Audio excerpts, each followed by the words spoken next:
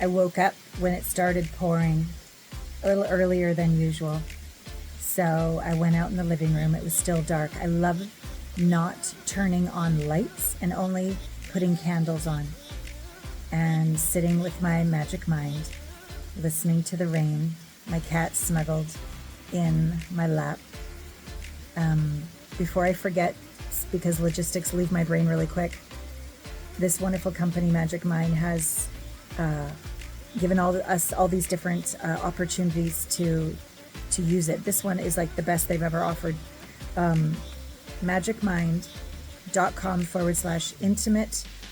Oh, I can't remember. It's in the show notes. Intimate Conversations 40 or Intimate 40. I can't remember. But anyways, look in the show notes because they're literally giving 40% off.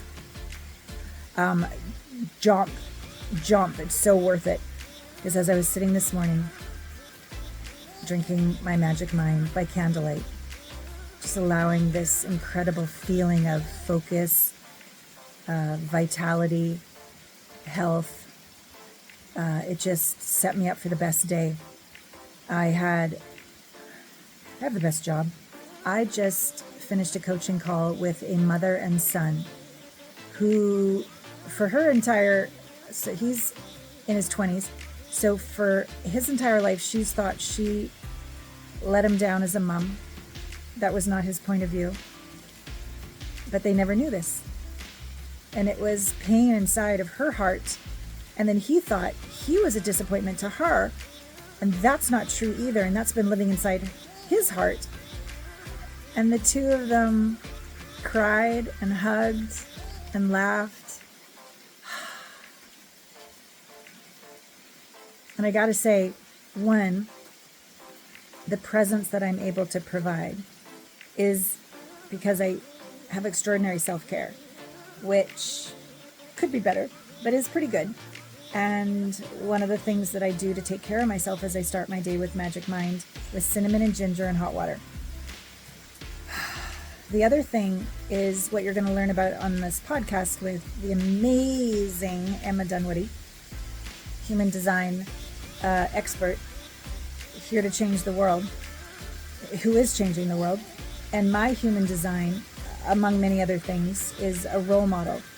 Not a guru, not a teacher, a role model, which means I'll let you know how to fuck shit up, what doesn't work, and I'll let you know how to change it and what does work from a place of great humility and mastery. So as you go into this podcast, you'll see two women who are on the path of living our purpose. You'll learn more about human design, how it is supporting her evolution, her shift in relationships, her motherhood, her business, how it's supported our friendship, and how it's opened our vision for what's possible in relationship as women, as role models. So enjoy this. She's an extraordinary woman. I'm so glad I got to spend time with her when I was in Australia. And I'll see you on the other side of this podcast. Welcome to Intimate Conversations. Become the one. Intimacy is an inside job. Hello, delicious people. Welcome back to another episode of Intimate Conversations, Season 12, Become the One, with one of my new favorite women who just kind of, we fell in love when we first met.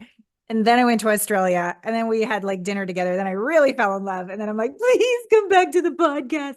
And so she's here again as we're talking about meeting God and the goddess, allowing the universe to have our back. And we're going to be talking today about a lot of things where we are very accomplished women and we want to have, control. But what I've gone through, going through what she's gone through, going through, we're having to learn to surrender and trust the universe has our back. So we'll see where this delicious conversation goes. But first, let me tell you how amazing she is. Emma Dunwoody, the human design expert, master coach, author, behavioral specialist, and the host of Leading Global Human Design podcast. She wakes people up to the power within them using her unique method of transformational human design, a system of self-knowledge and guidance unlike anything else that exists.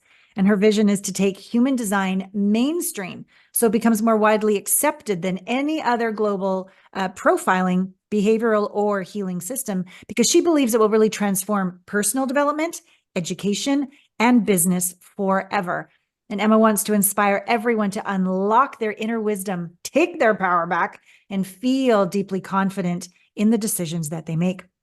And this will create a population that values themselves and courageously lives their truth, which will deliver us to a new paradigm of peace, joy, and abundance. I'm so happy to see you. I'm so Oh my happy. God, I'm so happy to be here. And it's interesting, like even just listening to your intro, I'm like, yeah, like I am the paradox of, I think, so many successful people. We perceive that they're like absolutely nailing it in all areas of their lives. And one thing's, I mean, honestly, I am nailing it in every area of my life, but it doesn't mean that I'm not challenged. It doesn't mean that I don't go through hard stuff. And I think, Yeah. I'm pumped for this conversation because I feel like it's going to be super real and hopefully supportive and powerful for other people and me, by the way. Well, it's the morning for her and it's the evening for me. So I said, honey, is it okay if I pour a glass of wine before our Yeah, conversation I'm a goes? bit jealous, bit jealous. Where this going to go. But first things first, you know me that I've been through 2 divorces. Son hasn't talked to me in 4.5 years. It was only a year and a half ago that I shut down 2 companies, started over. Grateful to feel better than ever. PSI has been probably the greatest gift. I've done work for 25 years. I love my human design work. I love that you've been so good to me sharing about my human design. But I didn't know what was going on in the subconscious. Anything I could see it, heal it, move on. But I was getting these responses in my life that had nothing to do with my intentions. And it was all subconscious. And when I started to do this deeper work using psychedelic medicine to be in the body, not to go out to tier 3, because I know that we're all one, but to stay in the body and meet, I didn't want to meet the shame. I didn't want to meet the self-hatred. I didn't want to meet the terror, the panic, all this fun shit. But Yeah. because you can't destroy or create energy, you can only transform it. All of those energies that I was so resisting literally have, like through alchemy, have become groundedness, courage, surrender, humility, power, connection, all sorts of incredible capacities. So share with everyone the shifts that we had dinner and you shared at dinner that time in Australia of what's going on, that I think you're handling beautifully in a beautifully messy way, Yeah, well, it's fascinating actually just listening to you talk about, that unconscious piece and getting into the unconscious. And it's always been a massive driver for me. When I was diagnosed with depression over 20 years ago, that's when I really discovered that this unconscious mind was the thing that was actually running all of me and who I Yeah. am. Yeah. And kind of going into that. And it's fascinating. Like you're one of the first people that I'm like, I think I'd like to do plant medicine or something like that with you. Like I've never been inspired, never been called. I've been called to do so many crazy ass things, but Yeah. just never that. Yeah. Because I've always walked this path of trying to get to the bottom of things. Because I believe, and I don't know where this belief comes from, that we can access all of it right here, right now. And talking to what you're talking about, like the big shifts going on in my life. And last year I separated from my husband. In Australia, we have to be separated for a year and a day before we can get divorced. So Okay. we're actually, onto doing the divorce now. And that unconscious piece for me has been, really challenging because my adult conscious mind is like, yep, sweet, we're good. I had this whole vision that we'd be able to navigate out of it super easy, that we'd still be friends. And for the most part, that was okay. It was okay. It was okay. And then he moved out of the house, and less than 2 months later, he was straight into a new relationship. And that's when it all started to kind of fall apart for me. Yeah. And the crazy thing was, it was like, God, am I jealous of her? Am I, jealous of, like, do I want him back? And it was really interesting to sit with because I'm like, no, you're like, you go for it, girl. You knock yourself out, Have fun. have it. Is it that I felt that I'd made a mistake? No, that's not it. So of course I went to the way that, that I've really worked with my own psyche, and really paid attention to what I call the external clues. So where else are these patterns showing up? Yeah. Yeah. And ultimately I knew that I married my mum. Yeah. So I was like, okay, let's talk about mum. This has actually got nothing to do with him. It's about my Right. mum. But what's fascinating is that as I'm going through this time, I'm just coming off the back of 2 really challenging weeks, with, challenging stuff with my youngest son. And then, also with my ex. And I think because I'd put a lot of boundaries in place and I'd kept him very separate, and that all felt really, really good until our youngest son needed us both to show up equally for him, Wow. which kind of threw me back into the pot of like, having to be in aura with him. Like his energy to be around for me is really uncomfortable. And that's why I'm really grateful for human design, because I understand things from an energetic level. Doesn't mean I've mastered it. Like it does still, his Sure. stuff overrides, or my inner child overrides, or whatever that is. Yeah. But one thing I'm so grateful for is that I have this incredible tool of human design and the gene keys to help me navigate. Yeah. I've been paying so much attention to one of the gates is the 53. It's in a very prominent part of my design, specifically for relationships, and the shadow's immaturity. So it's just been giving me this opportunity to look at, okay, yep, maybe I'm playing out the immaturity part, and the gift is expansion, and really just, in my lowest, like I'm exhausted, I'm really tired, like of being the mum that I need to be, Yeah. managing the business, Yeah. taking care of my other kid, like walking the dogs, like doing all the normal everyday things, as well as Yeah. dealing with healing whatever's going on You inside just of like me. launched a book instead. You've been so Mm. busy. Yeah. Oh my God, so busy. So I think that's one of the big things for me is I think that it's being willing to look at the things that are icky and uncomfortable and going, okay, so this Mm. is an opportunity for growth. And I know for me that my ego will resist, like, no, I want to be right. And I want it to be like this. And I want to, even Yeah. though I'm so aware, my heart is like, babe, when you take that one specific action, everything's going to feel better because you're growing, you're evolving, you're being the bigger version of yourself. Yeah. But it doesn't mean I don't go through a ton of resistance in the process. Of course, suffering and carnage and all the rest of it. I think it's actually harder when we know better. Like Yeah, when we're just innocent or making all these mistakes, it's one thing to clean them up. But when you know better and then you still watch yourself get triggered and you can't stop so it true. and you ought to do something else, but you don't. So now we've got self-hatred on top of the wound of fear or whatever is going on under it. We've got like a double whammy. The way I see So it is true. like tier 1 is the body, and that's where the trauma is, for us, if we've grown up with any kind of abuse, and that doesn't need to be physical abuse. It could be psychological abuse, verbal abuse. It could be all the different abuses. When we've grown up with that and we never have a chance to rest, we never have a chance to let the autonomic nervous system come back to zero. It's just like every day of our life, we disassociate. We go level 4 trauma. We leave to survive. Mm, Thank God we did.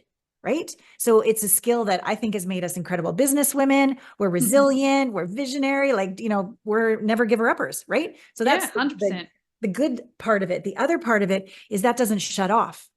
Yeah. It's nonstop, hyper vigilantly looking for the abuser to get us, or looking for the fire to put out, or is like la la la la la la, and it won't rest. So then tier 2 is our identity created to survive the wounds of tier 1. So Oh, that's when goosebumps. yeah, okay. So that's what I get is going on right now. And then, so you can't, with the mind and the awareness of just the small baby top of the iceberg consciousness of the mind, you can't make the tier 2 identity go away, because it's literally got all these tendrils in creation down into the body, into the wound that has not yet been integrated. But here's the cool thing. Mm, When you start to, in the way that this, so it's the PSI, the psychedelic somatic integration work, but then it's the follow-up integration. It's more, it's almost the work after the powerful weekend where you're like, okay, now let's put this into practice. But anyways, that's why I work with people for a year. But once you get that down to zero, and there's flavors, at least for me, there was flavors of, oh my God, what's wrong with you? 3 a.m. I'd wake up like I know better. So there's self-hatred. There was the panic. If I actually surrender, and like the title of our podcast, like allow the universe to have my back, I will die. Because as a little kid, that's what it felt like. And my yeah. body thinks I will. So terror, panic, and then rage. How dare you, that I was never allowed to say. So there was all of that unintegrated expression of rage, anger, fury at self and other. Okay. Mm. And then hopelessness, sorrow, like beyond tears. What did I didn't do anything wrong. What's wrong with Oh me? my Like, God, that is the bit that gets me. Like, yeah. And that what did I goes, do? yep. And that can go suicidal for people that don't have a facilitator that knows what they're doing. That's the place that a lot of us, that's actually level 3. So level 4, you're gone. You're just fakey fake face. You're just like a million miles an hour. When you get back into the body, the first place you hit is level 3, hopelessness. Who wants that? Mm, Where's my glass of wine and my SSRIs, right? Like I'm out of here, mm, right? So mm, you need someone that's there for you so that you don't do any harm to yourself. And you know that it's just level 3 trauma. It's supposed to happen. And it's very hard to mm, stomach. You get nauseous.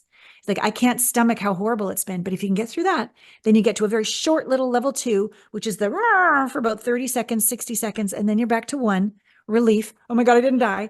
And then here's the yeah. coolest part. Everything we know where we've touched and all the different processes we've been through, when we leave to tier 3, that sense of like unity consciousness, wholeness, oneness that we normally have to leave our body to have, 0 in the body feels like that in the body.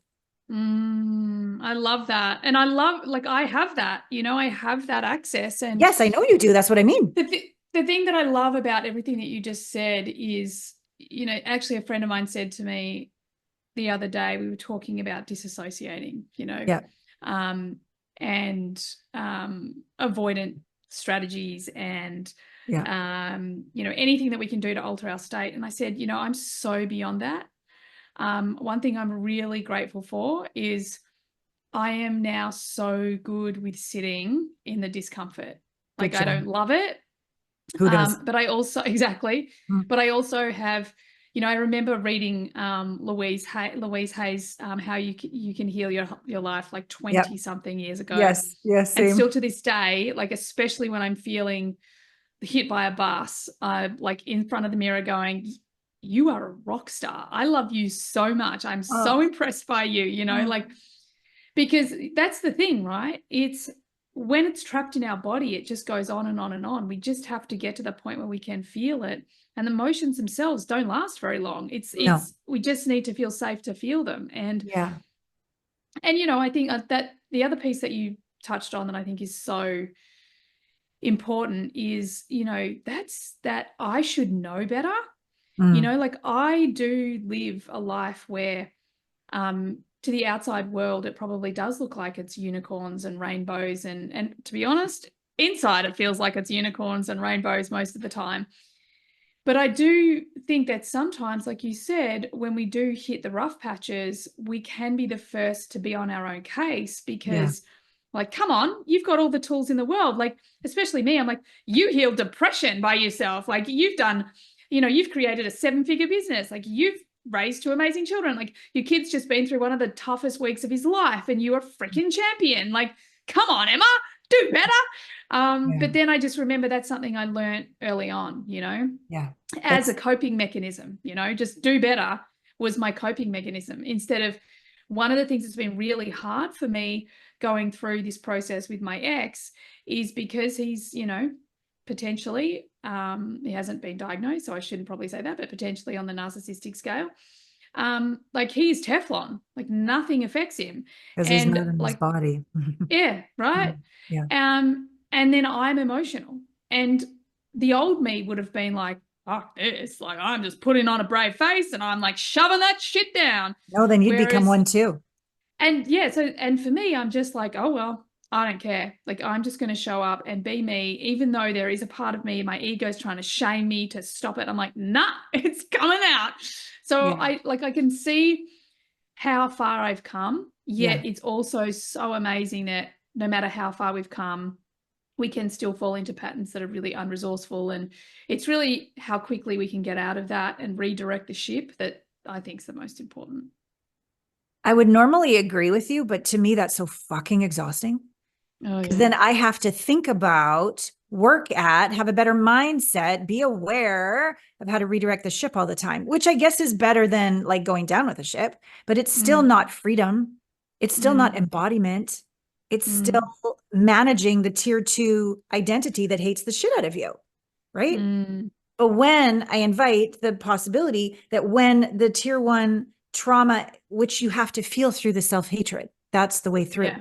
Who wants to Yeah. feel that? Nobody. But if you're willing to feel it, and it's almost a way of, it's kind of fucked up, but it's like if you honor, this is how I survived, which is true, and thrived on some levels as well. Hating myself. If you can actually be with it without trying to change it, get to the other side, resolve this, we can all be better now. Like, no, I mean, feel it as if it might go on for eternity.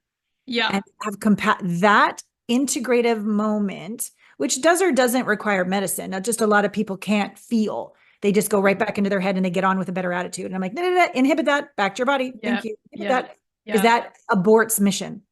If you can actually be with the self-hatred long enough, it will literally dissolve. If you can duplicate it, match it, it'll dissolve. And then the identity that keeps doing it, that you need to manage and have a better attitude about and try to take another, it's quiet. It's gone. Yeah. You don't have to use all that energy to try to manage your ego, because you have not one big ego death, or I think we'd probably go have a nervous breakdown, but you have these ego deaths along the way. Yeah. I think that's what I'm going through. I think that's exactly what I'm going through. It's not there anymore. So you don't have to use all that energy to manage your fucking ego. You can use it for joy, creativity, oneness, stillness, and eventually a partner who honors you because you have, is home with you because you are.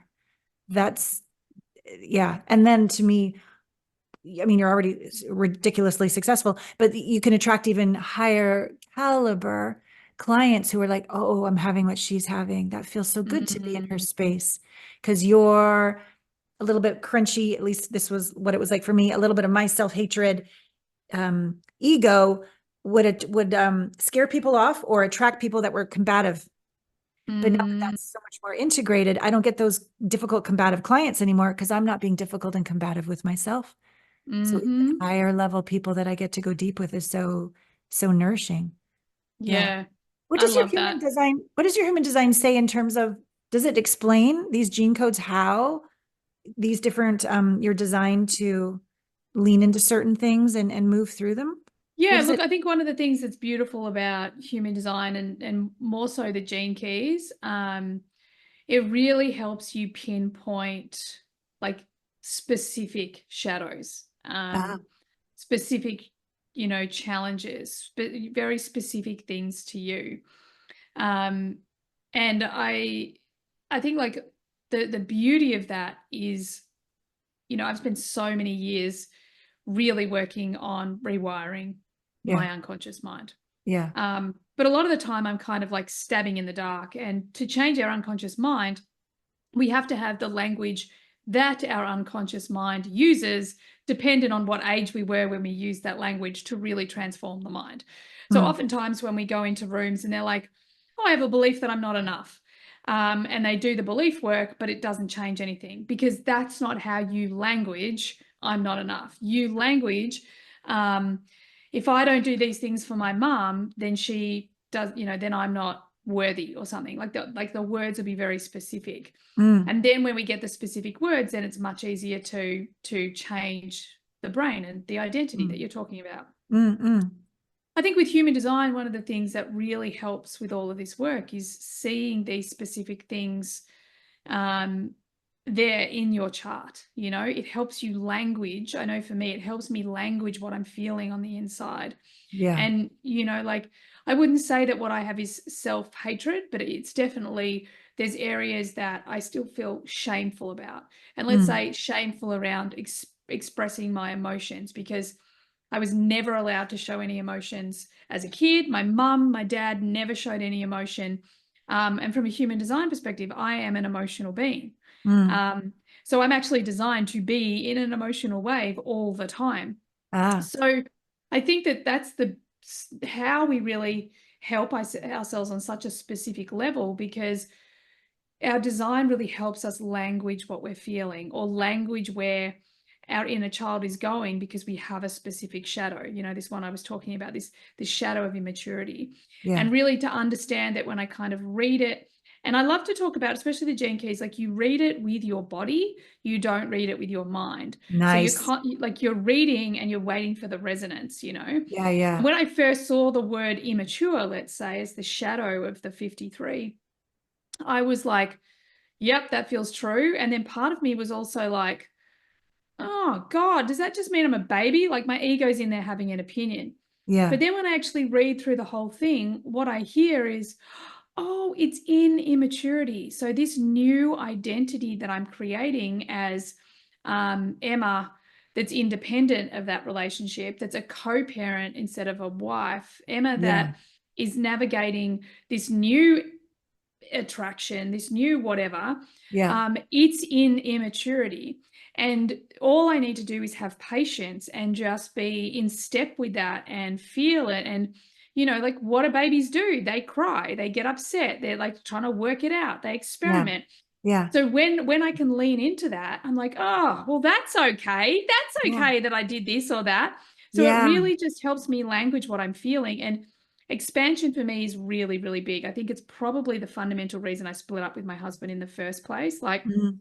I've always been the one on the growth journey. And for a while he kept up, but then it got too much. I Yeah. got too much. I got, and I wanted to go too far. Yeah. So the other part of it is that I'm like, one of the values I know I want in another human is I want someone who, and I actually said this to my ex-husband, I'm like, I want someone who's going to shoot for the stars with me. Totally. I want to get out of my comfort zone. I want to grow. I want to evolve. Yeah. And again, this is a very specific part of my design. It's like, oh, well, there it is. That's it. And it also feels like a friend on that path with me that knows me as well as I know me, and sometimes better because it's helping me language the Mm, feelings. This makes so much sense. I don't know if this is the same as like this immature moving into expansion, but like there's naivete, like you just don't even know. Or there's like this wisdom of innocence, like not Yeah. innocent, like stupid, but like, no, I learn as I grow, but I'm innocent. And there's a Mm. beauty to that. There's a humility to that. There's a curiosity to that, that I think is glorious. There's way too many know-it-alls on this planet, if you ask me.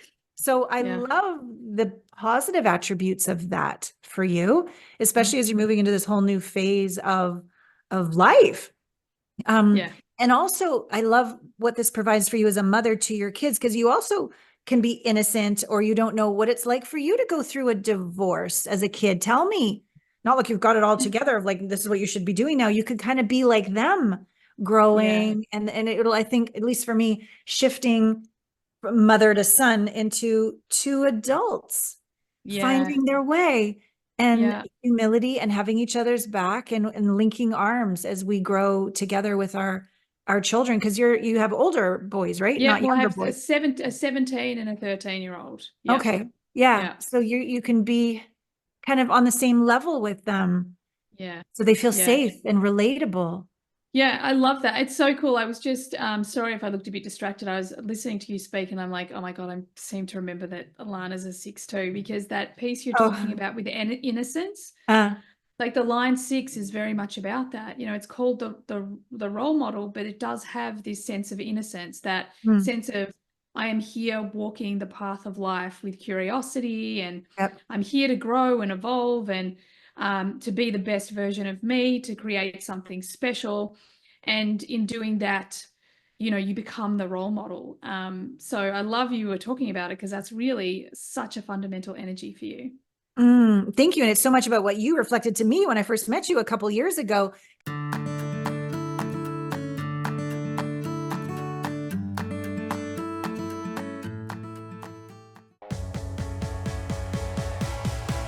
See you next week on Intimate Conversations. Get out there and make love to life. So I just finished another coaching call, this one a private, with a gentleman, super successful, super handsome, super funny, super established, super accomplished, all the things. Super lonely, super unfulfilled relationally, and had concluded that he must not be worthy. So it's almost like if you could imagine 4 chambers of his heart, and 3 of them filled with all these accomplishments. He's amazing. But one chamber was dark and empty, filled with worthlessness. And by the end of our session, through feeling, through a lot of somatic integration, he has extraordinary awareness of body sensations and emotions. He was an athlete as well, which I think helps a lot of people stay in their body and hear it and listen. First we got to peace, and then we got to his heart having this lightness of being, this enthusiasm for no reason, I'm like, worthiness.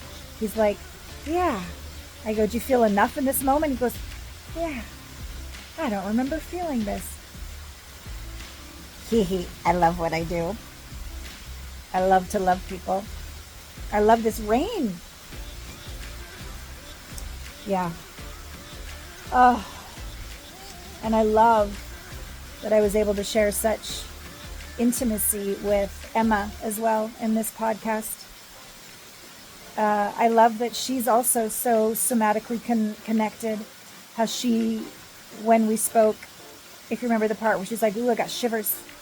Like her body responds to truth and she listens. How I was very flattered that she said if I was going to do plant medicine with someone, it would be you. And I was like, well, that's really lovely. On a first level, but on a deeper level, it's really feels good because I do provide an unwaveringly safe place. I am both fierce love and tender love with my clients. I'll go anywhere. I'll face anything. I'll feel anything with them. And that's what you require when you go through a tier 1 somatic journey. You're going to face hopelessness. You're going to face self-hatred. You're going to face terror. You're going to face anger. You're going to face shame. It's just, we're going to face everything that we avoid.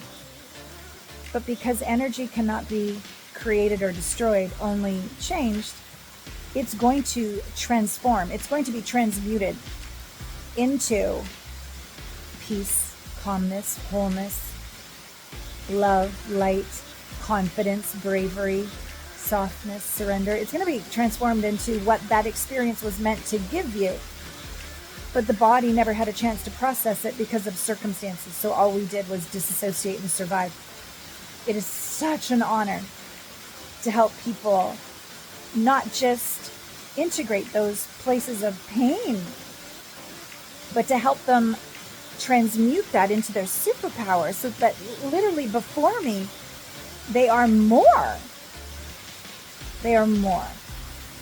And then they get to take that with them for the rest of their friggin' life. It's not something anybody can take away. It's not a better mindset. It's embodied. Yes, you have to practice. If you choose to go back and live only in your mind, it's not going to work. But that's why the work works. That's why going to the gym once doesn't work, but going on a regular basis works. So being in Emma Dunwoody's world works. She has so many things. So she has your free chart. Definitely download that. That's in the show notes. So you know what your design is.